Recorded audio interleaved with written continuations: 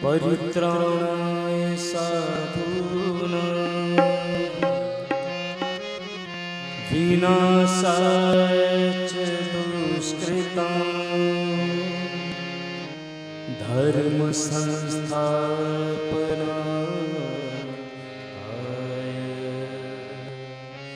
संभवामि युगे युगे। नमस्कार, वंदे मातरम, भारत माता की जय। आज भारत विश्व गुरु है, उसका एकमात्र कारण है यहाँ की नदियाँ, यहाँ के तालाब और हमारे जल स्रोत। जल स्रोतों के सानिध्य में बैठकर जिन संतों ने अपनी तपस्या की, उसी के कारण आज भारत विश्व गुरु है और विश्व गुरु रहेगा। संपूर्ण विश्व पानी के लिए संघर्ष कर रहा है, उसमें भारत भी अछूता नहीं है।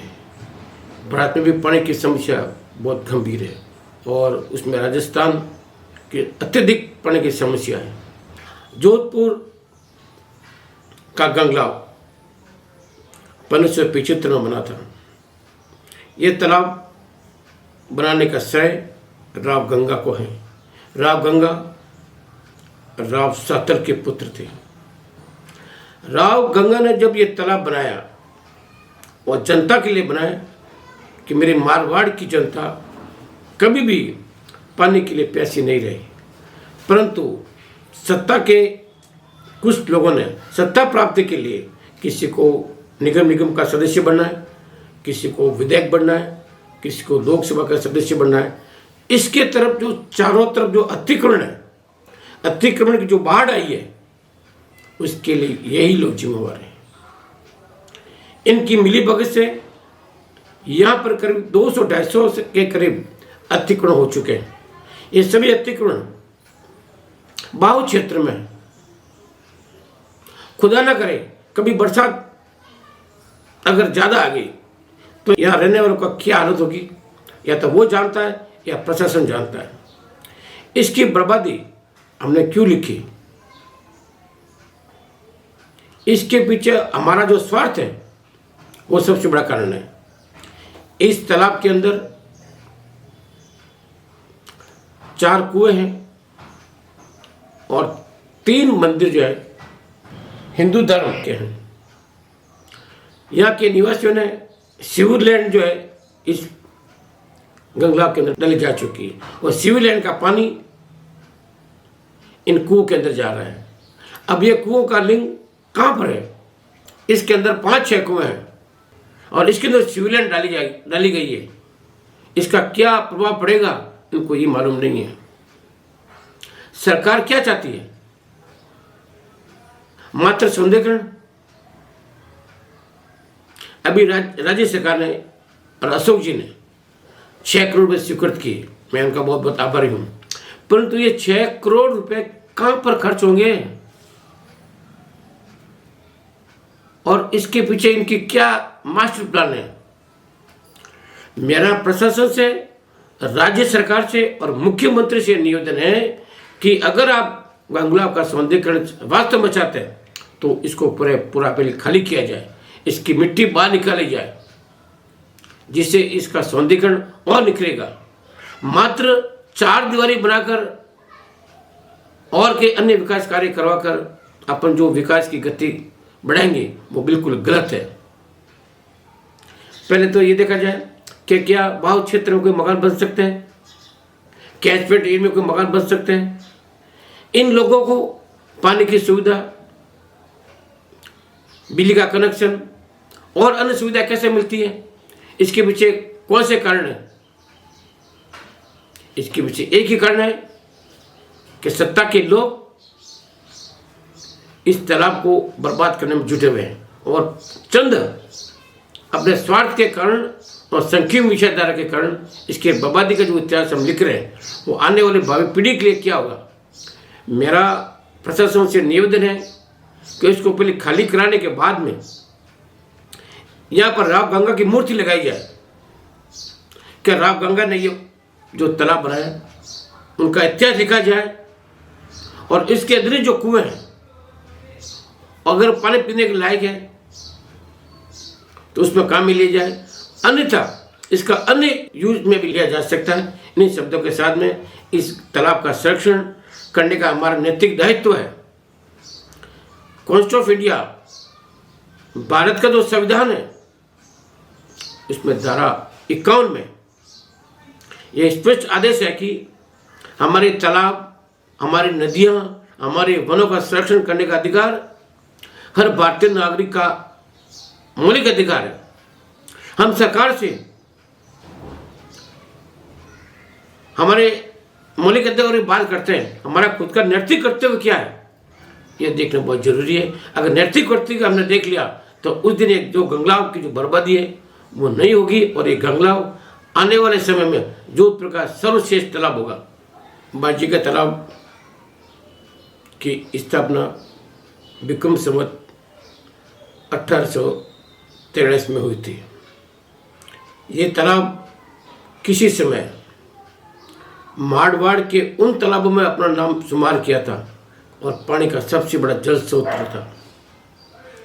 इस तालाब की बर्बादी का इतिहास जो हमने लिखना प्रारंभ किया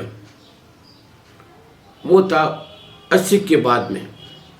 80 के बाद में जब कच्ची बस्तियों का नियमन का जब राज्य सरकार ने आदेश जारी किए कि कच्ची बस्तियां नियमन की जाएगी, तो इस तालाब की नहर की जो बर्बादी है उसका हमने इतिहास लिखना प्रारंभ किया। इसकी जो नहर है भूतनाथ की पहाड़ियों से होकर भूतनाथ, जबरनाथ, मेष स्कूल और जीनगढ़ समाज निवासी स्थान से होकर जालोर गेट की बारी और बाजी तालाब तक जाता है। इसकी नहर कोई समय अपने आप में जोधपुर के ऐतिहासिक नहरों में थी, परंतु अतिक्रमण की बाढ़ ने इसको बर्बादी का इतिहास लिख दिया।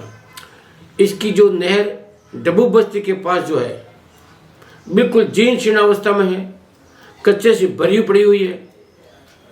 ये जो तालाब है बाजीगर तालाब 30 फुट गहरा है। कोई समय था इसके अंदर एक हथनी थी, जब हथनी डूब जाती थी तो लोग कहते थे कि बहुत सुकून हुआ और जोधपुर में बहुत अच्छी बारिश हुई है। इसके चारों तरफ अंग्रेज सरकार की तरफ से जो पाइपलाइन और जो टूटे नल वगैरह लगाए गए थे वो 108 नल थे। आज वो नल की बर्बादी और आज ये जो है एक डंपिंग स्टेशन बनता गया और विकास की इस गति में हर माह और हर वर्ष बाजीगर तालाब में भूमिगत मार्केट बनाया जाएगा, मास्टर प्लान बनता है, पूरी परियोजना बनती है और समाचार पत्रों में प्रकाशित होती है कि बाजीगर तालाब में ये बनेगा। परंतु आज ये जो बाजीगर तालाब है वहाँ रहने वाले की क्या हालत है और वो कैसे जी रहे हैं, अगर इसकी गहराई में जाए तो सबसे पहले अतिक्रमण। बरसात के दिनों में जो पानी बहकर इस नहर में आता है और उसमें जो कचरा युक्त जो कचरा युक्त और गंदी चीज़ें वगैरह जो आती है, ये अपना आप में मिसाल है। और पहले बात आती भी नहीं है कि नहर हमने जगह जैसे तोड़ दी है और नहर के ऊपर हमने मकान बना लिए, किसी ने दुकानें बना ली। तो उसके बाद में इस तालाब का जो विनाश जो है हमने खुद ने लिखा। प्रशासन से मेरा निवेदन है कि इस तालाब का उपयोग पानी के लिए किया जाए और इसको पहले पूर्ण खाली किया जाए और इसकी जो भरा क्षमता है वो देखी जाए कि इसका अपन क्या उपयोग कर सकते हैं। तो इसका संरक्षण करना बहुत जरूरी है। बालसमंद झील की स्थापना विक्रम संवत 1175 में हुई। इस झील की स्थापना नाडराव के भाई बालाराव परे ने की थी। यह झील 1 किलोमीटर लंबी, 15 मीटर चौड़ी और 15 मीटर गहराई पर इसकी गहराई है और जोधपुर शहर से 7 किलोमीटर है। इसकी बर्बादी में हमने कोई कसर नहीं छोड़ी। इस बालसमंद झील की बर्बादी में हमने कोई कसर नहीं छोड़ी और यहां तक कि हमने इस नहर की 0 लेवल तक हमने खनन कर दिया, 0 लेवल तक। अब इस नहर के मात्र अवशेष बचे हुए हैं। अगर 1 माह या 2 माह और इसमें खनन होता है तो नहर का नामो निशान मिट जाएगा। इस नहर का बनाने का मेन उद्देश्य क्या था कि इस क्षेत्र में जो हमारे किसान बंधु हैं उनको पानी की समस्या भविष्य में कभी नहीं हो, परंतु राजनीतिक सहयोग से और उनकी मिलीभगत से और खनन विभाग द्वारा नियमों के धज्जियां उड़ाकर जो खनन करता वो खनन आवंटन की, ये एक हमारे देश के लिए दुर्भाग्य का विषय है। आज हमें गर्व है कि इस क्षेत्र में हमारे सीमा सुरक्षा बल का मुख्यालय है, आरएससी का ट्रेनिंग सेंटर है और पुलिस का भी ट्रेनिंग सेंटर है। इसके अंदर जो कुएं हैं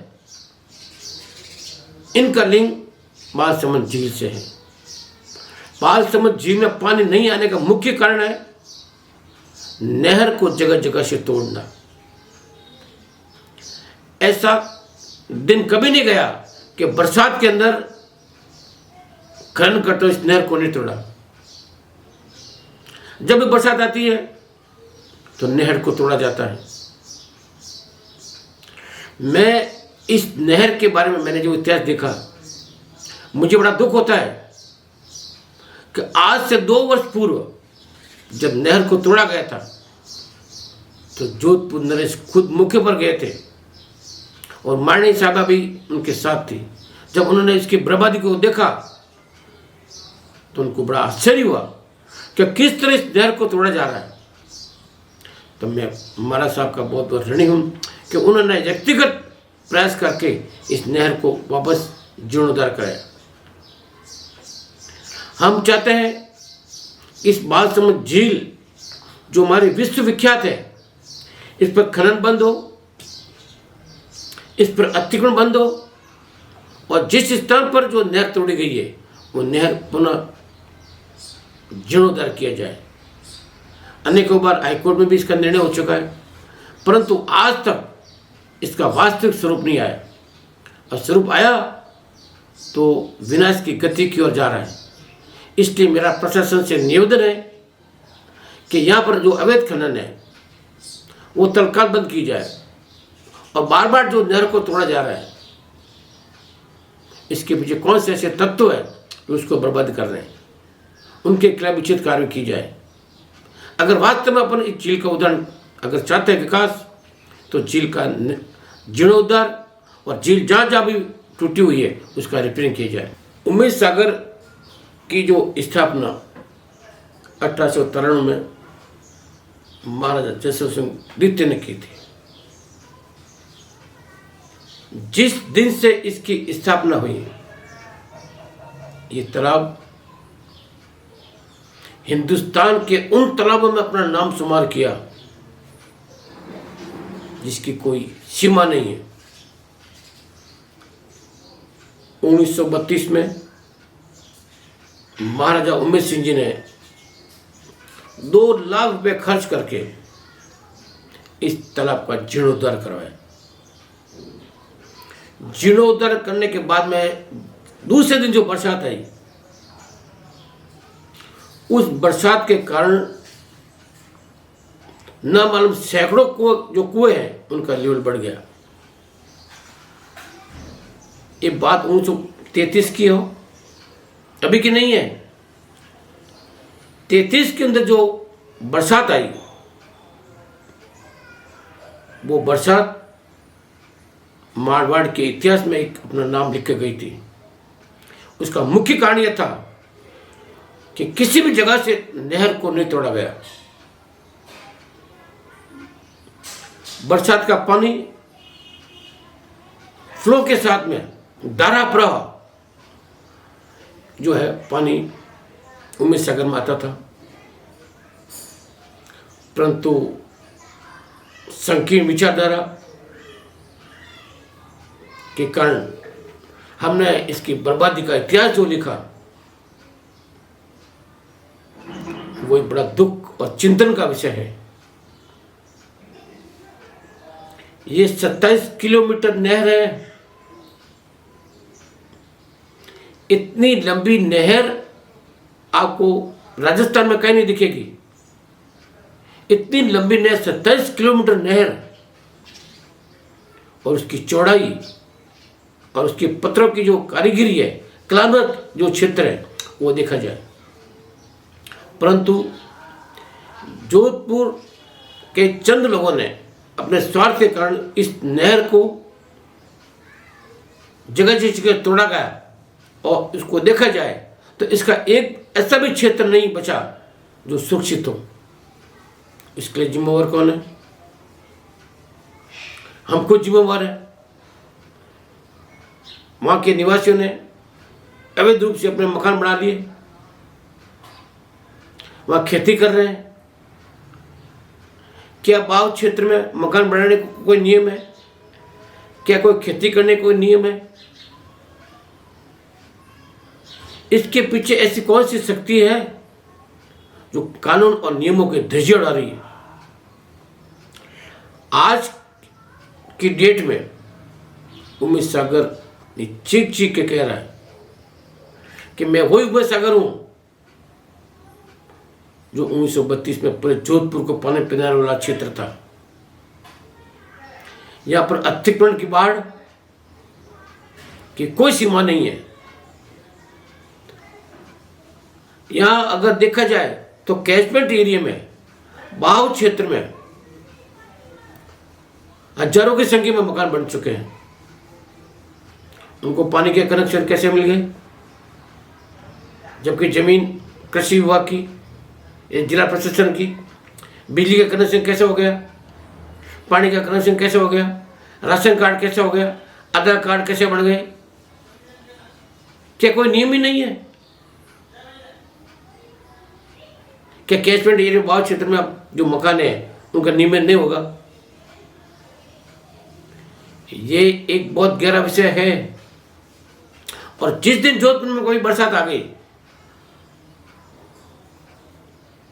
भगवान करे ऐसी बरसात नहीं आए, तो ये जोधपुर दूसरा उत्तराखंड बनेगा।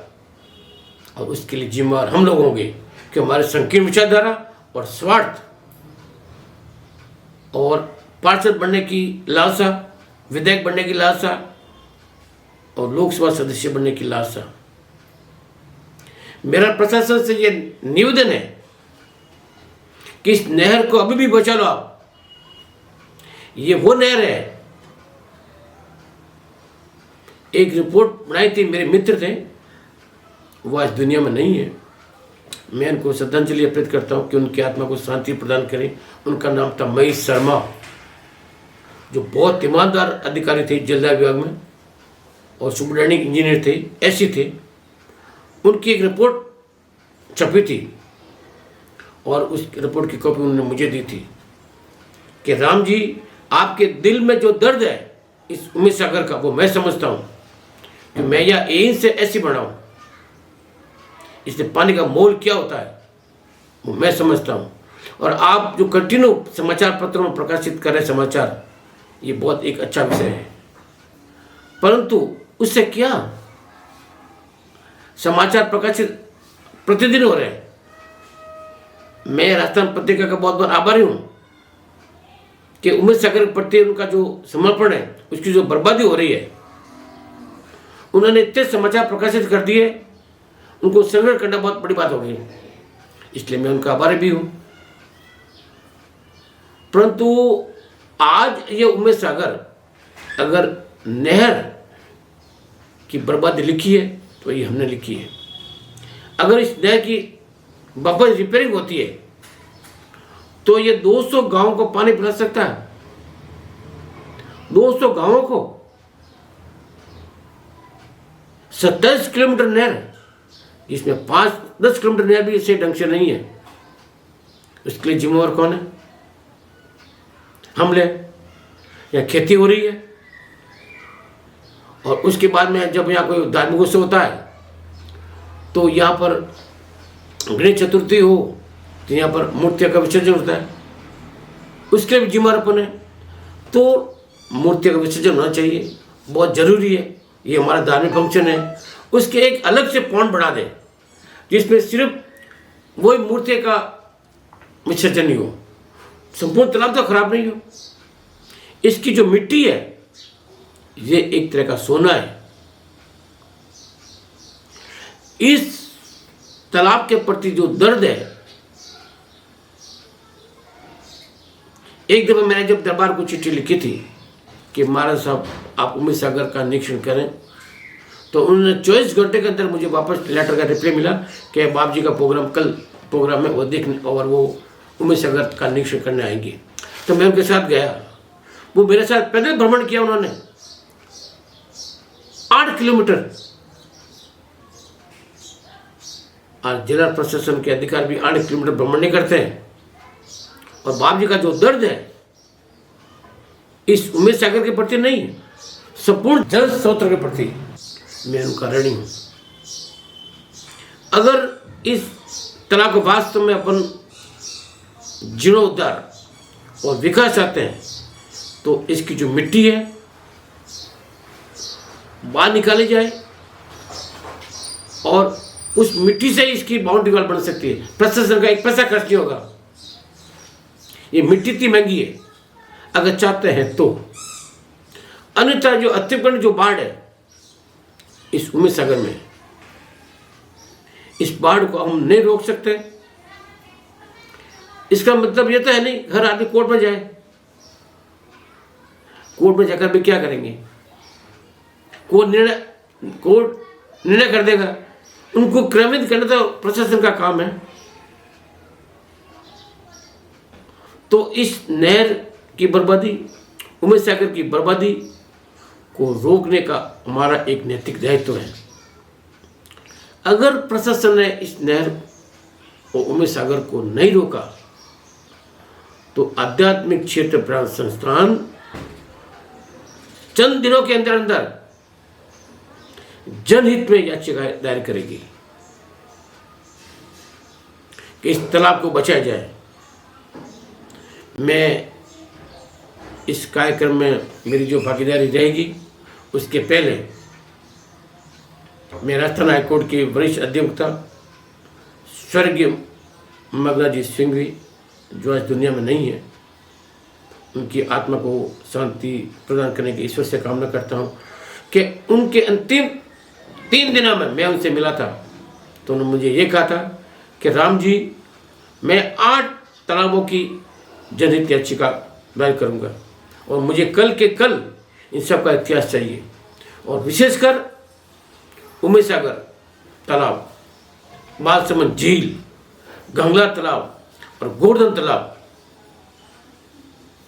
तो मैंने 24 घंटे के अंदर अंदर उनको सब सामग्री मैंने उपलब्ध कराई, परंतु अगले 24 घंटे में वो इस दुनिया में नहीं रहे। तो उन्होंने अपने अधीनस्थ जो अपने वकील है भावेश शर्मा, उनको कहा था कि ये राम जी का केस है और आपको भी लड़ना है। तो मैं भावेश शर्मा साहब का बहुत बहुत आभारी हूँ कि वो इस केस के अंदर जितना समर्पण और त्याग से कार्य कर रहे हैं, वो चंद दिनों के अंदर अंदर इसको संरक्षण के लिए बिड़ा उठा रहे हैं। तो मैं उनका व्यक्तिगत आभार हूँ। जोधपुर बनखंड बुद्धिस्ट ब्लॉक में स्थित गोवर्धन तालाब आज से 217 साल पहले बना था। इसकी स्थापना बड़ली के गोवर्धन पुरोहित ने की थी। ये स्थान जो है जोधपुर का दूसरा चेरापूंजी है, परंतु अतिक्रमण के कारण ये गोवर्धन तालाब तिल तिल कर मरने को मजबूर हो गया है। इसकी दास्तान का इतिहास और पन्नों का अध्ययन किया जाए तो पन्ने बंद करने को मन नहीं करता है। ये गोवर्धन तालाब 11 कुओं को पानी पिलाता है और 13 बावड़ियों को। इस तालाब का कोई इस में महत्व था। सबसे पहले तापड़े बेर को पानी पिला सकता है, पुरोहित जी को कुओं को पानी पिला सकता है, सूरजकुंड, रघुनाथ बावड़ी, राम बावड़ी है, खरबूजा बावड़ी है। इस प्रकार अनेकों कुएं हैं और अनेकों बावड़ियां हैं जो इसका संबंध है। परंतु अतिक्रमण के कारण 13 कुओं का लेवल बिल्कुल जीरो हो रहा है और 10 बावड़ियों का लेवल समाप्त होने में जा रहा है। क्यों? अगर गोवर्धन तालाब में पानी होगा तो इन कुओं का लेवल बढ़ेगा, और गोवर्धन तालाब में पानी नहीं होगा तो इन कुओं का लेवल बिल्कुल धीमे धीमे धीमे लेवल नीचे उतर जाएगा। उसके लिए कौन जिम्मेवार है? ये फॉरेस्ट लैंड है, इस पर अतिक्रमण हो रहे हैं, बाव क्षेत्र है, जलगण क्षेत्र है, वन्य जीव बहुमूल्य क्षेत्र है। तो क्या नियम कोई है ही नहीं? जलगण क्षेत्र में कोई मकान बन सकता है क्या? नियम है या नहीं? बाव क्षेत्र में मकान बन सकता है क्या? कोई नियम है कि नहीं? सरकार हर साल वोटों की राजनीति के लिए प्रशासन सर्वे क्यों लगाती है? उसमें स्पष्ट लिखा होता है वन भूमि को नियमित करने का अधिकार भारत सरकार को है, राज्य सरकार को नहीं है। बाव क्षेत्र में, जलगण क्षेत्र में किसी भी प्रकार के पट्टे आवंटित नहीं होंगे।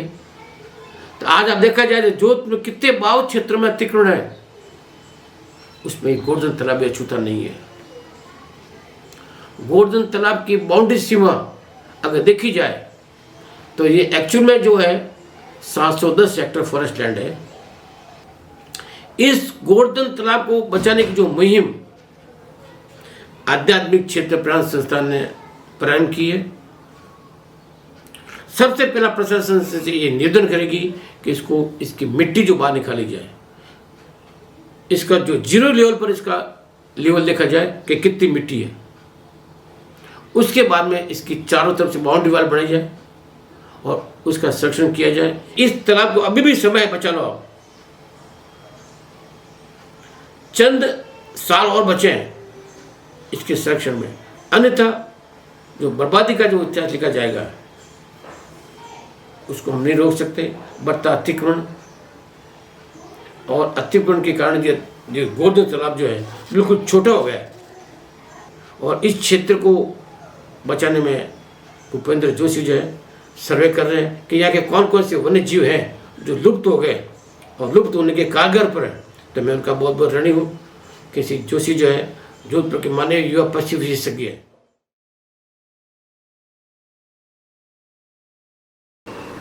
आज पश्चिमी राजस्थान के अंदर वन्य जीवों के ऊपर लगातार खतरे बढ़ते जा रहे हैं। उसका एकमात्र कारण ये है कि जो हमारे पुराने जल स्रोत है वो बर्बाद हो रहे हैं, और अगर जल स्रोत बर्बाद होंगे तो उसका सीधा असर वन्य जीवों के ऊपर पड़ेगा। क्योंकि इंसानों के पास तो पानी का कनेक्शन आ गया, लेकिन वन्य जीवों के लिए पानी का स्रोत सिर्फ वही है जो पुराने तालाब है और पुरानी नाडियाँ है। उसके अलावा कोई जगह नहीं जहाँ पे वो जाके पानी पी सके। इसलिए जितने भी पुराने तालाब और नाडियाँ हैं उनको बचाना बेहद आवश्यक है, और जितने भी अतिक्रमण हो रहे हैं वो सारे हटाने ज़रूरी है।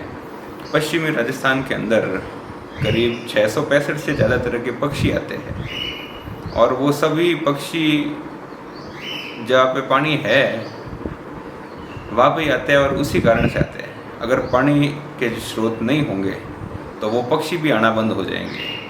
उसके अलावा कई तरह के यहाँ पे रेप्टाइल्स है, जैसे मॉनिटर लिजार्ड्स है, गार्डन लिजार्ड्स है, स्किंक्स है, जर्डन स्नेक है, और उसके अलावा कई तरह के सांप है, नेवले है। तो उन सब का भी जो रहवास क्षेत्र है वो वहीं पे होता है जहाँ पे उनको पानी मिले, पानी के पास में उनको उनका खाना मिल जाता है। जहाँ पे भी पानी या तालाब होगा वहाँ पे मेंढक होंगे, दूसरे कीड़े आएंगे जिनको सांप खा सके, दूसरे पक्षी खा सके। तो ये पूरी साइकिल होती है, जहाँ पे कीड़े या जहाँ पे पानी होगा वहाँ पे कीड़े होंगे, मछलियाँ होगी, कुछ मेंढक होंगे, तो उनको खाने के लिए सांप आएंगे, पक्षी आएंगे, और उन छोटे पक्षियों को खाने के लिए बड़े पक्षी और रेप्टाइल्स वगैरह आएंगे। जो भी अतिक्रमणकारी है वो उनको कई बार देखा गया है कि वो वन्य जीवों का शिकार करते हैं। वाइल्ड लाइफ प्रोटेक्शन एक्ट है किस लिए? इंडियन फॉरेस्ट एक्ट, ये सारे जो एक्ट है ये जब बने हैं तो इनकी पालना भी होनी ज़रूरी है। कोई बाहर से आके यहाँ पे शिकार करके और चला जाता है, कोई अतिक्रमणी आके और यहाँ पे शिकार करते हैं। तो जब वन्य जीवों का शिकार होगा और कोई रोकने के लिए आगे नहीं आएगा तो वन्य जीव सारे ख़त्म होंगे। और ये अतिक्रमणकारी जितने भी है इनका तो मेन उद्देश्य यही है कि फ्री में रहना, फ्री में खाना वन्य जीवों को, फ्री में फ्यूल कंजप्शन पेड़ों को काट के। और कई बार ऐसा देखा गया है कि अतिक्रमणकारी जंगलों को काट के और दुकानों पर लकड़ियाँ बेच देते हैं। वन्य जीवों की पंख और दांत, पंजे, नाखून, ये सारी चीज़ें भी बेचते हैं। तो इन सब के लिए wildlife protection act, Indian forest act, Marwar forest act, इन सब की पालना होनी बहुत ज़रूरी है। जो भी जल स्रोत है अगर वो आज की तारीख में नहीं बचाए गए तो आने वाले टाइम में वो ख़त्म हो जाएंगे। और अगर वो ख़त्म हो गए तो वन्य जीव भी ख़त्म होंगे, क्योंकि उनके पास कोई दूसरा ऑप्शन नहीं है पानी पीने का। इंसानों का भी जो सोर्स है वो सिर्फ एकमात्र कायलाना है। अगर कायलाना के अंदर इंदिरा गांधी लिफ्ट कैनाल से पानी आना बंद हो जाए तो कायलाना के अंदर इतना भी पानी नहीं है कि वो करीब 1 महीने भी ढंग से चल सके। तो मान लो किसी कारण से वो बंद हो गई और कायलाना का पानी ख़त्म हो गया, तो उसके बाद में पानी का जो भी पुराने जल स्रोत है उनको हमने ख़राब कर दिए, बर्बाद कर दिए। तो जब वो जल स्रोत ही नहीं रहेंगे तो हम पानी पिएंगे कहाँ से? इसलिए अपने पास सेकंड ऑप्शन भी होना ज़रूरी है। अगर कायलाना का पानी आना बंद हो गया तो अपने पास कुछ दूसरे साधन होने चाहिए जहाँ से पानी पीने के काम में लेके इंसान जिंदा रह सके।